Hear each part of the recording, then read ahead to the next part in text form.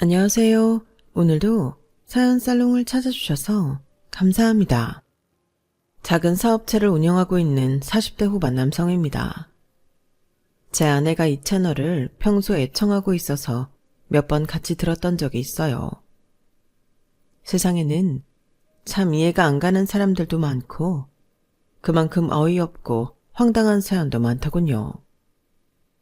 내 인생엔 저런 일이 없어서 다행이다 생각하고 살았는데 어쩌다 보니 제가 이곳에 사연을 다 보내게 되었네요. 아마도 제 사연이 방송된다면 애청자인 제 아내도 듣게 되겠죠. 사실 그래서 이곳에 사연을 보내기로 결심했답니다. 저는 사업을 크게 하신 아버지 덕분에 금전적으로 어려움 없이 자랐어요. 제 위로는 9살 많은 형이 있었는데 나이 차이 때문에 그랬는지 몰라도 제 눈에 비치는 형은 정말 대단했어요. 공부도 잘하고 키도 크고 운동도 잘해서 뭐 하나 부족한 게 없는 만능이었거든요. 만약 제가 형이랑 나이 차이가 얼마 나지 않았다면 엄청 비교를 당하고 살았을지도 모르겠네요.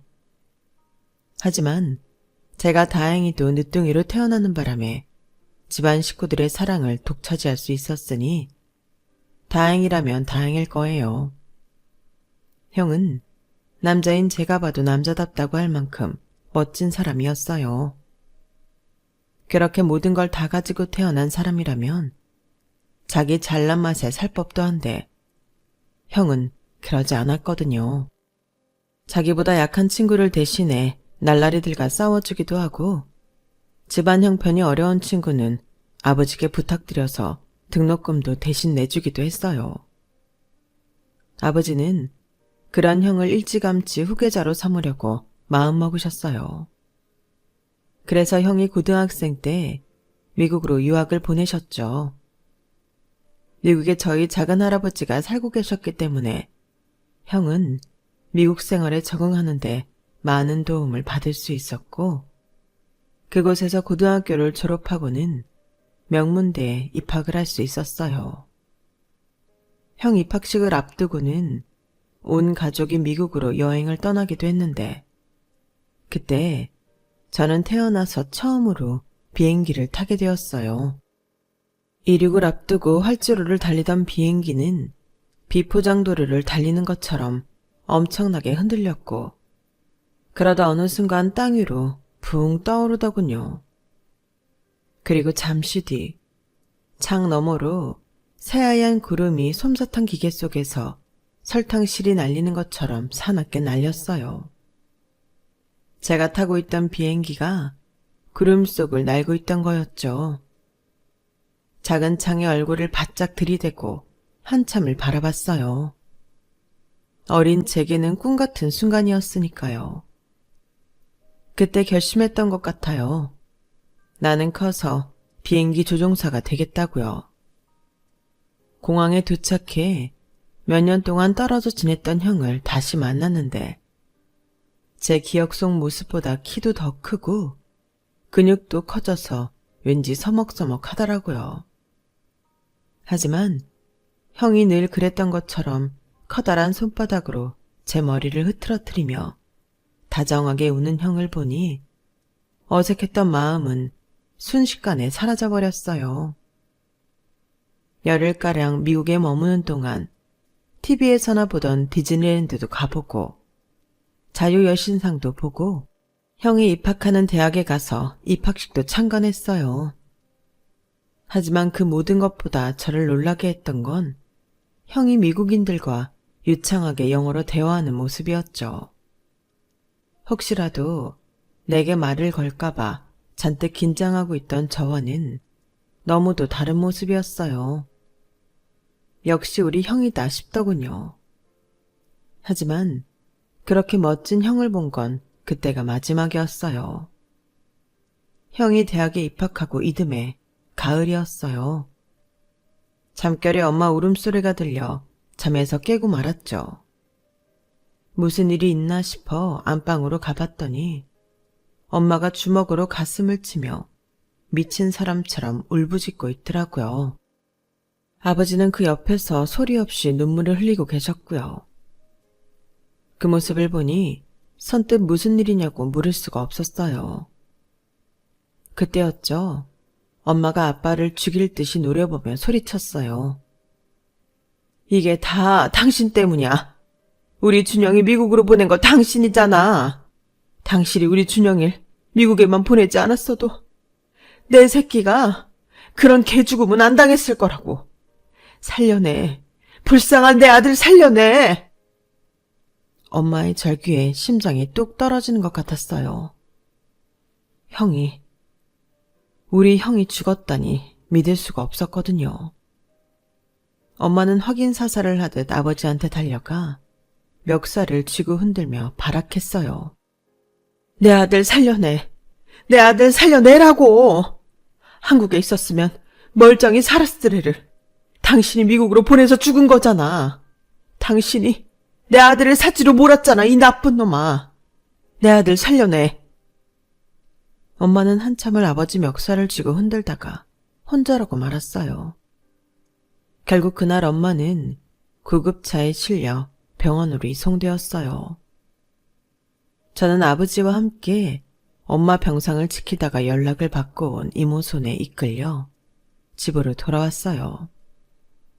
병상은 외할머니가 지키기로 하셨고 아버지는 급히 미국으로 떠나셨어요. 부족한 거 없이 화목했던 우리 집은 그날 이후 많은 게 변했어요. 엄마와 아버지는 형의 죽음으로 사이가 갈라지셨고 저는 더 이상 어리광을 부릴 수가 없었어요. 형이 받아왔던 부모님의 기대가 준비되지 않은 제게 쏠린 것도 그때부터였어요. 공부에 그다지 관심이 없던 저였지만 이제는 전처럼 지낼 수만은 없게 되었거든요. 아무리 노력을 해도 성적은 그저 그랬고 아무리 연습을 해도 형처럼 턱걸이를 잘하지 못했어요. 모든 게 형과 비교할 수 없을 정도로 처참한 실력이었죠. 그래서 엄마는 더 저를 형과 비교를 해댔어요. 네 형은 놀 거 다 놀면서도 매번 1등을 놓치지 않았는데 너는 누굴 닮아서 이 모양이니? 세상에, 체육 점수는 또 이게 뭐야? 공부를 못하면 운동이라도 잘할 것이지. 어떻게 넌 잘하는 게 하나도 없니? 네 형은 공부며 운동이며 심지어 피아노도 얼마나 잘 쳤는지 아니? 중학교에 들어가 처음 받은 제 성적표를 들고 엄마는 이제는 세상에 없는 형과 비교를 해댔어요. 그러다 한숨을 푹 쉬시며 들릴 듯 말 듯한 소리로 그러시더군요. 차라리 춘영이 대신 준우가 죽었으면 좋았을걸. 엄마는 본인이 그 말을 하고는 자신도 놀랐는지 이내 정정했어요. 어머나, 내가 무슨 소리를 하는 거야. 준우야, 지금 엄마가 한 말 실수야. 엄마가 실수한 거야. 하지만 이미 때는 늦었어요. 제가 들어버렸잖아요. 그 말이 생각 없이 흘러나온 실언일지라도 그 말을 통해 저는 평소 엄마가 어떤 생각을 하시는지 알게 되었으니까요. 그때부터 저는 마음속에서 가족을 지웠어요. 저를 보면서도 세상에 없는 형을 찾아대는 엄마도 미웠고 형의 죽음 이후 저를 보고 한 번도 웃어주지 않는 아버지도 싫었고 친구들과 우범지레를 돌아다니다 총에 맞아 죽은 형도 원망스러웠거든요. 내가 잘못한 건 하나도 없는데 왜 내가 형 때문에 이런 취급을 당해야 하는 건지 모든 게 다 짜증이 났어요. 형이 죽은 뒤로 집안에 안 좋은 일들만 생겼는데 따지고 보면 형 잘못은 아닌 일들이었어요. 특히 IMF는 누가 봐도 형 잘못이 아니었죠. 시중은행에 돈이 마르고 대기업도 하루아침에 도산하던 그때 저희 아버지 회사도 무사하지는 못했어요. 부도까지는 아니었지만 사업 분야를 여러 개 쳐내고 주요 사업인 재봉틀 생산만 남게 되었거든요. 한때 1000명 가까이 되던 직원 수도 100분의 1 정도만 남게 되었고 매출도 이전과는 비교가 안 될 만큼 떨어지고 말았어요. 거기다 의류업계 불황까지 겹치는 바람에 재봉틀 수요가 줄어 해를 거듭할수록 회사 사정은 더 어려워지게 되었죠. 벌어들이는 돈보다 사재를 털어 회사에 집어넣는 돈이 더 많아지면서 아버지는 예전과 달리 많이 약해지셨어요. 한때 집에 식구 수대로 차와 기사를 두고 살던 우리 집은 아버지가 타시는 차 한 대만 남긴 채 모두 처분하게 되었고 기사분들도 모두 내보내게 되었어요. 집에서 일을 하시던 상주 도우미도 내보내게 되었고요. 이제는 아버지가 손수 차를 몰고 엄마가 직접 주방일을 하게 되셨죠. 그러다 보니 그 큰 집을 관리하기 힘들어서 집도 아파트로 옮기게 되었어요. 평장동 대저택에서 나고 자란 저로서는 좁은 아파트 생활이 답답하기만 했어요. 이사를 하면서 전학을 한 바람에 새 학교에 적응을 하는 것도 힘들었고요. 친구가 없어지니 공부에 전념할 수 있어서 성적이 올랐다는 거 하나 빼곤 좋은 게 아무것도 없었죠. 중학생 때 비하면 성적이 많이 오르긴 했지만 그래도 대학을 골라서 갈 정도는 아니었어요. 안간힘을 쓰며 최선을 다했지만 이름 있는 대학은 꿈도 못 꾸고 예비 11번으로 겨우 대학에 들어갈 수 있었어요. 그래도 다행인 건 서울에 있는 대학에 진학했다는 정도였죠.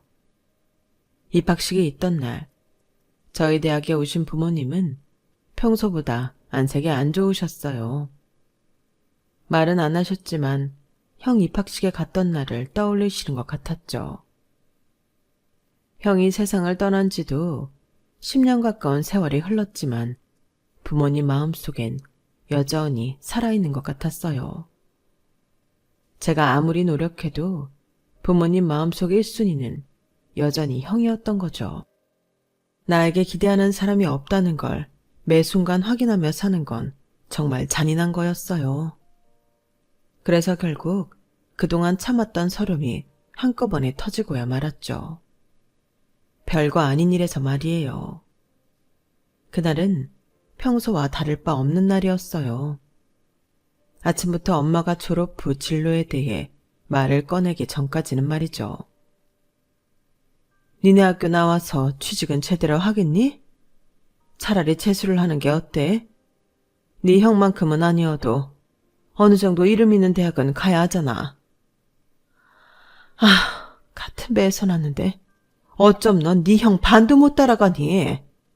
제발 형 좀 닮아봐라. 그 말에 순간 열불이 났어요. 그래서 들고 있던 밥숟가락을 집어 던졌죠. 제발 그만 좀 하세요. 언제까지 그러실 거예요? 난 형이 아니에요. 나한테 형처럼 살기를 바라지 마시라고요. 엄마 눈에는 나는 안 보이죠? 아직도 죽은 형뿐인 거죠. 난요, 형이 죽던 그날부터 지금까지 형이 남긴 망상이랑 싸우는 기분이에요. 내가 그렇게 좋아하던 형이 지금은 진저리치게 싫다고요. 왠지 아세요? 엄마 때문이에요. 왜 날 이렇게 나쁜 놈을 만드는 건데요? 왜 살아있는 날 죽이지 못해 안달이냐고요. 엄마가 아무리 나한테서 형 모습을 찾아도 절대 못 찾을 거예요. 난 형이 아니니까요. 그때였어요. 조용히 식사를 하시던 아버지가 젓가락을 내려놓으시곤 제 뺨을 치셨어요. 버르장머리 없는 자식 같으니라고. 네 형이 얼마나 널 아꼈는데 비교 좀 당한다고 그딴 소리를 해.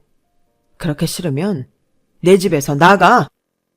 사실 아버지한테 맞은 뺨이 딱히 아프지는 않았어요. 하지만 가슴은 찢어지는 것처럼 아프더라고요. 그때 알았어요. 저에게 돌아올 부모님 사랑은 없다는 걸요. 그래서 더는 기대하지 않겠다 다짐했죠. 그 후로는 부모님이 무슨 말을 하든 형과 뭐를 비교하든 신경 쓰지 않았어요. 마음의 문을 아예 닫아버렸거든요. 대학 졸업을 앞두고 아버지께서 회사에 들어와 일을 배우라고 하셨지만 끝까지 거절했어요. 그리곤 제 힘으로 취직을 했죠. 제가 들어간 회사는 아버지 회사에 비해서도 규모가 한참이나 작은 회사였어요. 전 직원이 저를 포함해 10명 남짓이었으니까요. 그래도 회사 분위기는 좋았어요.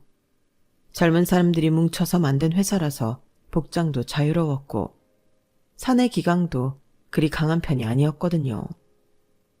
집에서는 늘 형 그늘에서 사는 저였지만 회사 안에서는 꽤 능력을 인정받고 있어서 집보다 회사가 편했어요. 자발적으로 야근을 할 정도로요. 직원 수가 적은 만큼 직급도 타 회사들에 비해 연차 대비 높은 편이었어요. 제가 입사 4년 차에 팀장을 맡고 있었으니 말 다 했죠. 자존감도 살아나고 성취감도 느끼면서 직장 생활을 했는데 하필 그때 아버지가 쓰러지신 거예요. 다행히 의식은 찾으셨지만 후유증으로 거동을 제대로 하실 수 없게 되었어요. 말도 많이 어눌해지셨고요. 더는 회사를 운영할 수 없게 되신 거죠.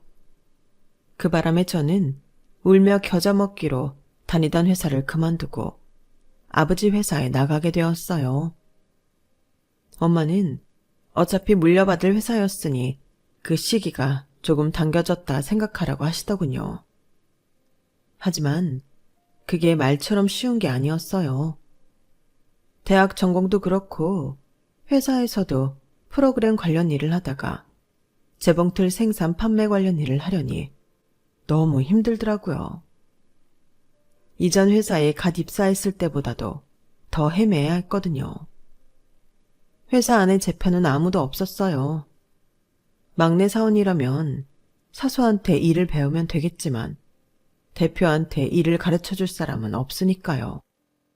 게다가 말이 대표지 영업부터 마케팅, 제품 개발에 이르기까지 모든 걸 다 해야 했어요. 전 직원이 50명도 안 되는 회사에서 네 일 내일 가려가며 일할 수 없잖아요. 그런데 그게 문제였어요. 제가 생산직에 대한 이해가 없다 보니 회사 내 암묵적인 규율을 몰랐던 거예요. 아무리 대표라도 베테랑 생산 직원 앞에서는 참견을 해서는 안 된다는 걸 말이에요. 짧게는 7, 8년, 길게는 30년 이상을 저희 회사에서 근무해 오신 분들한테 제가 만만해 보였을 거예요. 공장 일을 쥐뿔도 모르는 핏덩이가 명령하는 건 못 따르겠다는 거였죠. 공장에 갈 때마다 기싸움을 하느라 녹초가 되곤 했어요. 그분들이 보기에는 나이도 어리고 경험도 없으니 놀려먹기도 쉽고 혼장질해가며 군림하기도 딱이었을 거예요. 특히 32년 경력의 공장장은 직원들 앞에서 자신의 세를 과시하려고 제게 면박 주는 걸 당연하게 생각하곤 했죠. 그런 분위기 속에서 공장 생산직 직원들은 저를 대표로 인정하지 않았어요. 제 말은 귓등으로도 안 듣더군요. 회사 외적인 상황과 싸워야 할 시간에 내 회사 직원들과 나를 세우는데 열을 내고 있으니 회사가 온전히 돌아가겠어요. 안 그래도 재봉틀 수요자가 줄어 현상 유지도 힘든 판국에 말이죠. 그래서 결단을 내렸어요. 이렇게 직원들 손에 휘둘리느라 시간 낭비하느니 차라리 회사를 접자고요. 그래서 직원들 앞에서 제 뜻을 전했고 바로 폐업 수순에 들어가겠다고 엄포를 놓았어요. 이런 식으로라면 저는 더 이상 제 아버지 사업을 이어갈 생각이 없습니다. 여러분도 저도 원치 않은 일에 시간 낭비할 게 뭐 있겠어요. 긍지를 느낄 수 없는 일에 제 청춘을 바치기 싫습니다. 폐업하겠습니다. 그러자 처음엔 자기들 살궁리를 하며 이직을 알아보던 사람들이 더는 이 분야에 일자리가 남아있지 않다는 걸 깨닫고는 꼬리를 내리기 시작했어요. 밖에 나가보니 생지옥이었던 거죠. 지금까지의 자신들의 경력을 온전히 대우해주는 회사도 없고 너 아니어도 그만이라는 식의 대접 앞에 자존감도 무너져 내릴 판이었으니까요. 그러다 결국 일주일도 안 돼서 공장장이 생산 라인 직원들을 데리고 저를 찾아왔더군요. 그 꼬장꼬장하던 분이 고개를 숙이며 사과를 했어요. 그 뒤를 따른 직원들도요. 사실 그때 저는 정말 회사 문을 닫을 생각이었는데 막상 나보다 나이 많은 분들이 제 앞에서 고개를 숙이는 모습을 보니 가슴이 뭉클해지더라고요. 그래서 마지막이다 생각하고 한 번 더 해보기로 했죠. 공장에서 직원들과 함께 생활하며 제품에 대한 이해도를 높였고 영업직 사원들과 함께 발품 팔아가며 영업에 나섰어요. 거래처에 갈 때 허리를 세우는 것보다 고개를 숙이는 게 익숙해져야 한다는 직원들의 조언을 되새기면서요. 하지만 이런 노력들에도 불구하고 눈에 띄는 매출 성장은 없었어요. 몇십 년 전에야 재봉틀이 필수 혼수용품이었지만 요즘에야 그런가요? 가정에서 뿐만 아니라 옷공장 매출도 현저하게 줄었어요. 한국은 인건비가 비싸서 옷 제작을 중국에서 해 완제품을 가져오는 실정이니까요. 전체적인 판이 줄어든 상황이니 매출이 늘어날 리가 없었죠. 그러던 어느 날이었어요. 그날도 어떻게든 거래처를 뚫어보려고 시내로 나왔다가 끼니를 놓치고 만 거예요. 점심시간이 한참 지난 시간에 지하상가에 있는 백반집에 들어가게 되었죠. 얼마나 걸어 다녔는지 발바닥에선 불이 나는 것 같고 얼마나 떠들어댔는지 입에서는 단내가 날 것 같았죠. 파김치처럼 축 주저앉은 저를 보더니 주인 아주머니가 그러시는 거예요. 젊은 총각이 왜 이렇게 기운이 없어? 밥때도 놓치고 이제 점심 먹는 거야? 네, 어쩌다 보니 때를 놓쳤네요. 딱 보니 영업직이구만. 그래, 뭘 파는데? 그래서 재봉틀을 팔고 있다고 했더니 그러시는 거예요. 술이나 되면 몇 병 받아줄까 했는데 재봉틀이라니 나도 어쩔 수가 없네. 아, 이 상가 안쪽에 수혜점이 하나 있는데 거기 다리 좀 놓아줄까? 젊은 아가씨가 하는 데인데 수강생도 받고 하더라고. 옷이랑 커튼 같은 걸 만드는 수업이라니까 재봉틀이 필요할 거 아니야. 점심 한 끼 때우러 들어간 식당에서 우연히 알게 된 아주머니 덕분에 저는 예정이 없던 영업을 나서게 되었어요. 혹시나 하는 마음으로 주인 아주머니 손에 이끌려 수혜점에 가봤는데 막상 가게를 보니 생각보다 협소한 장소에 실망이 되더군요. 그런데 주인 아가씨가 너무 밝고 선해 보여서 간 김에 팸플릿을 보여주며 제품 설명을 하게 되었죠. 제 얘기를 열심히 들어준 수혜점 주인은 잠시 생각을 하더니 이동이 간편한 미딘 재봉틀을 딱 짚으며 샘플 제품으로 얼마간 빌려줄 수 있냐고 묻더군요. 아마 다른 사람 같았으면 그 자리에서 바로 거절을 했겠지만 왠지 이 사람한테는 그러지 못하겠더라고요. 어떻게든 도우려고 하는 마음이 보였거든요. 제가 구청 문화센터에서 소싱 클래스를 운영하고 있어요. 거기서 수업할 때 이걸로 해보려고요. 전문적으로 소싱을 하는 분들이 아니라서 미니 재봉틀이 필요하실 테니 많이는 아니어도 조금 팔리긴 할 것 같아요. 판매에 대해서는 반신반의했지만 일면식도 없는 사람을 도와주려고 나선 마음이 고마워서 그러기로 했어요. 그렇게 한 달여가 지난 시점에 수혜점 주인을 통해 들어온 주문량은 총 34대였어요. 생각보다 많은 주문량이 놀랄 뿐이었죠. 그 후로도 주문은 이어졌고 덕분에 미니 재봉틀 재고량을 쉽게 뺄 수 있게 되었어요. 늘 처치곤란이던 미니 재봉틀 판매량이 늘자 영업부에서는 이참에 홈쇼핑이랑 손을 잡고 대량으로 팔아보자고 제안했고 그 판매 전략은 제대로 먹혔어요. 방송에 한번 나갈 때마다 미니 재봉틀이 수백 대씩 팔려나갔거든요. 그렇게 입소문을 타고 전국적으로 주문량이 밀려들기 시작하면서 10년 가까이 하향 곡선을 그리던 매출은 상향선을 타기 시작했어요.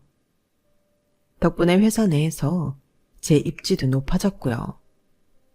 하지만 좋은 일만 있었던 건 아니에요. 아버지가 2년 넘게 병석에 계시다가 세상을 떠나셨거든요.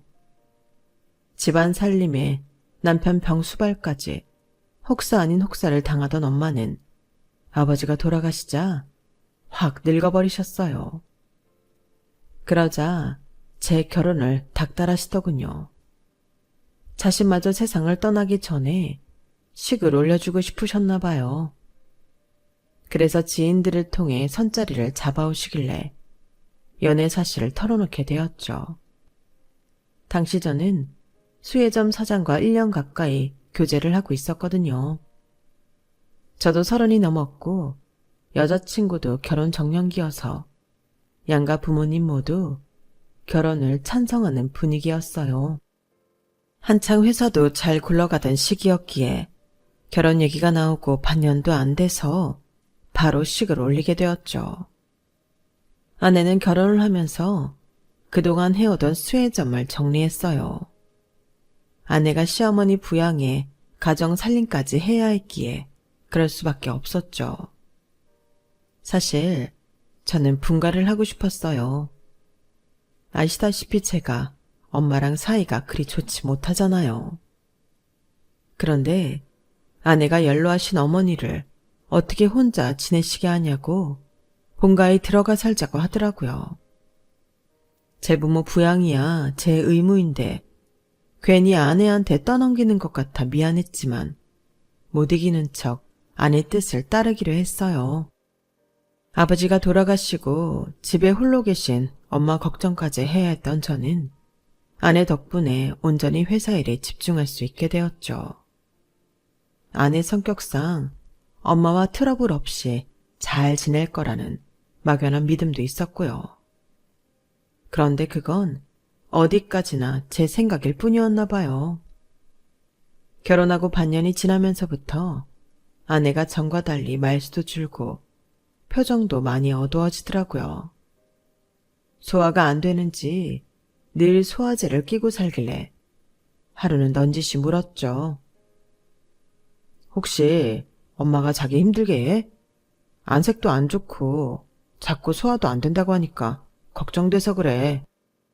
아내는 그런 거 아니라고 했지만 아무리 봐도 아닌 게 아닌 것 같았어요. 그래서 엄마랑 직접 얘기를 해봐야겠다 생각했는데 엄마가 의외의 말을 하지 뭐예요. 너 사기 결혼 당한 거야. 저 여우 같은 게 우리 집을 뭘로 보고 아주 감쪽같이 속여왔지 뭐냐? 너 제 임신 못하는 거 알고 있었니? 표정 보니 몰랐던 모양이구나. 내 이럴 줄 알았지. 손주 욕심에 결혼하고 몇 달 안 돼서부터 애 들어서는 한약을 아내에게 먹이던 엄마는 얼마 전 제 아내를 데리고 한의원에 갔던 모양이에요. 그리고 거기서 청천벽력 같은 소리를 들으신 거죠. 아내 몸이 선천적으로 너무 약해서 아이가 생기기 힘들 거라는 얘기였어요. 들어보니 저게 원래 몸이 약해서 어릴 때부터 1년에 반은 병원 생활을 했다더라고. 직장 생활도 어려울 정도로 몸이 약해서 지 가게 차려 쉬엄쉬엄 일하고 살았다는 거야. 세상에, 그래놓고 결혼할 때 그런 얘긴 쏙 빼놓는다니 말이 되니? 어째 약을 먹여도 통해의 소식이 없다 했더니 이렇게 사람 뒤통수를 치고 있었을 줄이야. 그간 제 아내한테 한약을 먹이면서 어머니는 아이 소식을 닥달했고 그러다 보니 아내는 정신적으로 스트레스를 많이 받아왔던 모양이었어요. 엄마는 절대 그러지 않았다고 하시지만 제가 엄마를 모르나요? 그동안 저도 당하고 살아온 걸요. 엎친 데 덮친 격으로 결혼하고 1년도 안 돼서 회사 매출은 곤두박질 치기 시작했고, 엄마는 그것마저도 아내 탓을 하셨어요. 집안에 저런 게 들어왔는데 될 일이 뭐가 있겠어? 이래서 집에 여자를 잘 들어야 한다고 하는 거야. 이러다 우리 집 망하는 거 아닌가 몰라. 어떻게든 제 아내 흠을 찾으려고 혈안이던 엄마는 제 회사 문제 가지고도 아내를 들볶기 시작했고, 그러면 그럴수록 아내 몸 상태는 점점 더 엉망이 되었어요. 그렇게 5년 가까이 지내는 동안 아내 얼굴에선 웃음기가 완전히 사라져 버렸죠. 한때 잠깐 반짝했던 미니 재봉 드림기는 순식간에 꺼져버렸고, 또다시 매출 하향 곡선을 타던 매출은 끝도 없이 추락했어요. 직원 수를 줄이고 주력 상품에 집중하는 판매 전략을 세워 어떻게든 회사를 운영해 나가려고 발버둥을 쳤지만 좀처럼 재기의 기회는 찾을 수 없었어요. 회사 일도 그렇고 집안 일도 그렇고 어느 것 하나 해결의 기미를 보이지 않고 꼬여만 가니 어디에도 마음 들 곳이 없었어요.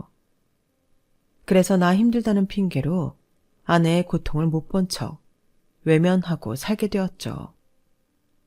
그러다 조금 숨통이 트이기 시작한 건 엄마가 미국에 사는 이모 댁으로 가시면서부터예요. 하지만 지난 몇 년간 아내를 외면하고 살아온 탓에 엄마가 없다고 해도 하루아침에 부부 사이가 좋아질 수는 없었죠. 식사 때만 마주 앉아 대면대면하게 밥을 먹는 게 고작이었어요. 그래도 집에 들어올 때마다 전처럼 두 여자 눈치를 보지 않아도 되니 다행이다 생각했어요. 집안에서 마음이 조금 편해져서 그런가 회사 일도 전보다 조금씩 풀려나가는 기미가 보이기 시작했어요. 미니 재봉틀을 중심으로 다시 주문량이 조금씩 늘기 시작했거든요. 홈쇼핑에서 다시 판매를 시작한 것도 아닌데 특정 제품 주문이 갑자기 늘어나는 게 의아하기는 했지만 회사로서는 좋은 일이니 좋게 받아들이고 있었어요. 그런데 하루는 여직원이 저를 불러 의외의 말을 하는 거예요. 대표님, 제가 비밀 하나 알려드릴까요? 여직원 말에 따르면 영업부 남자 직원 하나가 저희 집에 수시로 드나들고 있다고 했어요. 그러면서 그 남자 직원이 회사 내에서도 여직원 킬러로 유명한 사람이라는 얘기를 덧붙이더군요. 한마디로 제 아내와 남자 직원 사이를 의심해보란 뜻이었죠. 그 남자 직원 이름이 뭡니까? 대표님도 잘 아실 거예요. 윤성민 씨라고. 요즘 한창 매출 기록 세우는 직원이니까요. 혹시 그것도 사모님과 연관이 있는 거 아닐까요? 여직원은 마치 흥미진진한 아침 드라마의 불륜 스토리를 기대하는 것처럼 제 표정을 살폈어요. 그 길로 집에 돌아온 저는 초인종을 누르려다 말고 번호키를 누르고 조용히 집으로 들어갔어요. 그랬더니 아내가 쓰고 있는 작은 방에서 아내와 남자 목소리가 들리더라고요. 한동안 들을 수 없었던 아내의 유쾌한 웃음소리를 들으니 피가 거꾸로 솟는 것 같았어요. 설마 했는데 여직원 말처럼 아내가 직원과 불륜을 저지르고 있었구나 했죠. 생각이 거기까지 이르자 저도 모르게 다리에 힘이 풀려버렸어요. 그리고 머릿속에선 엄마 말대로 내가 아내한테 속아서 결혼을 한 걸까? 라는 의구심이 들기 시작했어요.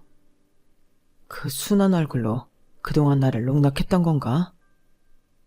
지금까지 몇 놈이나 집에 들였을까? 의심은 꼬리에 꼬리를 물고 늘어졌어요. 그리곤 제 눈으로 똑똑히 아내의 불륜을 확인하려고 떨리는 손으로 아내의 방문을 열었어요. 그런데 생각지도 못한 상황이 눈앞에 펼쳐진 거예요. 더러운 짓거리를 하고 있을 거라는 내 상상과는 달리 아내와 남자 직원은 테이블 앞에 나란히 앉아 뭔가를 만들고 있더라고요. 그들 앞에는 카메라가 놓여 있었고요. 방문을 열고 들어간 내 인기척을 느낀 아내와 남자 직원은 깜짝 놀라며 하던 일을 멈췄어요. 여보, 이 시간에 여긴 어떻게 왔어요? 아내는 동그랗게 뜬 눈으로 저를 바라봤고 남자 직원은 난처한 표정을 짓더군요.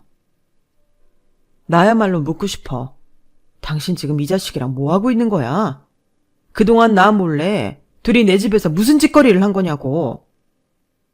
자초지종도 듣지 않고 소리부터 질러내는 제게 직원은 손사래를 치며 다급히 말했어요.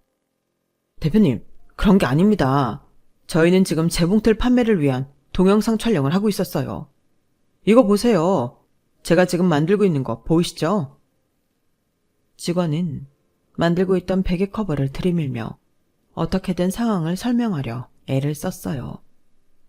그리고 보니 테이블 위에는 저희 회사 미니 재봉틀과 두 사람이 만들고 있던 베개 커버가 놓여 있더라고요. 아내는 갈 길을 잃은 제 눈동자에 눈을 맞추며 조용히 설명을 했어요. 회사 사정이 좋지 않다는 얘기를 듣고 어떻게든 도움을 주고 싶었다고요. 자신이 건강했다면 직장을 다니며 돈을 벌었겠지만 그럴 수 없어서 이런 방법을 택했다고 말이죠. 요즘엔 블로그로 제품 홍보들을 하잖아요. 비록 내가 파워블로거는 아니지만 매일 소싱 클래스를 하듯이 동영상을 찍어서 블로그에 올리면 그걸 보고 우리 제품에 관심을 가지는 사람들이 생기지 않을까 생각했어요. 그동안 미니 재봉틀의 주문량이 조금씩 늘기 시작했던 건 아내의 블로그 덕분이었던 거예요. 당신한테 얘기하면 몸도 안 좋은 사람이 괜한 짓 한다고 할까봐 일전에 회사에서 본 적 있던 성민 씨한테 부탁을 했던 거예요. 바느질에 소질이 없는 남자도 우리 재봉틀을 이용하면 쉽게 소싱 작업을 할 수 있다는 걸 보여주려고요. 아내의 전략은 소비자의 마음을 흔드는 데 적중했고 매출 증가로 이어진 거였죠. 그걸 아내의 불륜으로 오해를 한 제가 멍청했던 거예요. 순간 얼굴이 벌겋게 달아오를 만큼 아내와 직원한테 미안하고 창피했어요. 나는 내 부모한테 괴롭힘을 당하는 아내를 모른 척하고 살았는데도 이 착한 여자는 어떻게든 저를 도우려고 노력해왔다는 사실에 내 자신이 너무 한심하게 느껴지더라고요.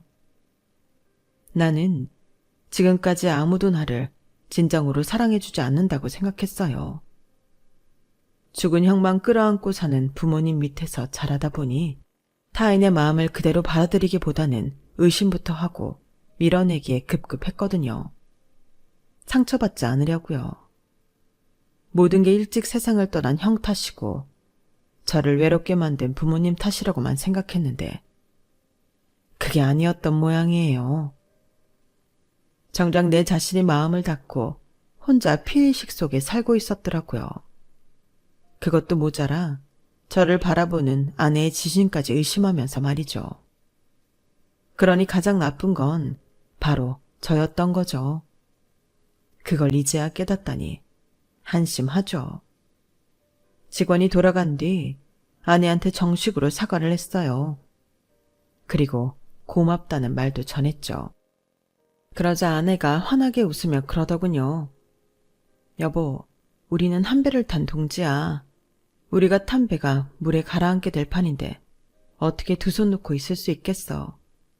그러니까 고맙다는 말은 하지 마. 대신 사과는 받아줄게. 어떻게 내가 외도를 한다고 의심할 수가 있어. 사람을 뭘로 보고. 그래도 이상하게 싫지는 않네. 난 당신이 나한테 관심이 없는 줄 알았는데 오늘 보니까 질투심이 활활 타오르던걸. 그래도 이번 한 번이야. 다음에 또 나 의심하면 그땐 정말 가만 안 둘 거야. 남편의 의심조차도 관심이라고 믿어주는 아내 앞에서 그날 저는 참 많이 울었습니다. 내가 이런 여자를 아내로 둘 만큼 제대로 된 놈이 아니란 사실에 미안하고 죄책감을 느꼈으니까요. 그래서 앞으로는 내 아내한테 어울리는 남자가 되겠다고 결심을 했어요. 지난 5년간 아내한테 잘못한 것들을 앞으로 사는 동안 곱절로 갚으며 살겠다고 다짐하면서요. 지금 이 채널을 듣고 있을 아내한테 이 말을 전하고 싶어요. 여보, 앞으로 살아가는 동안 험난한 파도를 맞고 숱한 시련을 겪게 되겠지만 그래도 당신과 함께라면 난 살아남을 자신이 있어. 부족한 남편이지만 버리지 말고 데리고 살아줘. 그 은혜는 내가 평생 갚으며 살게. 사랑해, 여보. 지금까지 제 사연을 들어주셔서 감사합니다. 항상 건강하시고 항상 기쁜 하루하루를 살아가시길 진심으로 바랍니다. 여러분, 사연 댓글에 응원과 현명한 조언 부탁드려요. 좋아요와 구독은 저에게 큰 힘이 됩니다. 오늘도 좋은 일 가득하세요.